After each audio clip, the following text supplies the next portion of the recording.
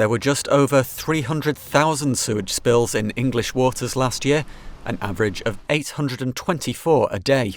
It's a problem that's been happening for years.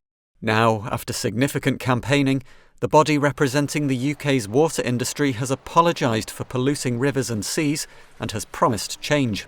I'm here today on behalf of the water industry to say sorry. I think we've listened, we've heard, we understand the upset that has been caused and the anger that people feel. Water UK says it is planning the biggest modernisation of sewers since the 19th century. The aim is to reduce the number of spills per year to 280,000.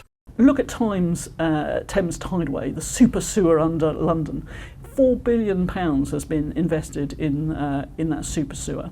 And even after that investment, there are going to be limited numbers of spills, only a few, but there are going to be some spills every year. So this just gives you a feel of the size of the problem that we're dealing with. Water company shareholders will provide an initial £10 billion investment for the decades-long modernisation project.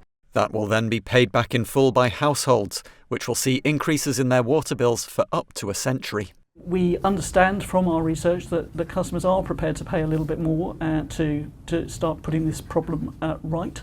Ultimately, the judgment of how much goes on bills is one for Ofwat, our independent regulator. The big water companies have made huge profits in the last year, with United Utilities at the higher end registering a profit of £610 million, and Thames Water at the lower end with £429 million. Water companies are simply not investing because they know they'll get away with it. They're siphoning off billions of pounds in shareholder dividends, and their executives are taking home millions of pounds in pay. It's simply unacceptable, and that's because the government and the regulators have created a system where they're allowed to get away with this. We need much stricter regulation, and we need an Environment Agency and Ofwat to actually enforce the licences. So water companies know that if they pollute beaches like this, they'll get punished for it. Opposition parties have called for the government to get tougher on the companies and to protect bill payers. Consumers have already paid.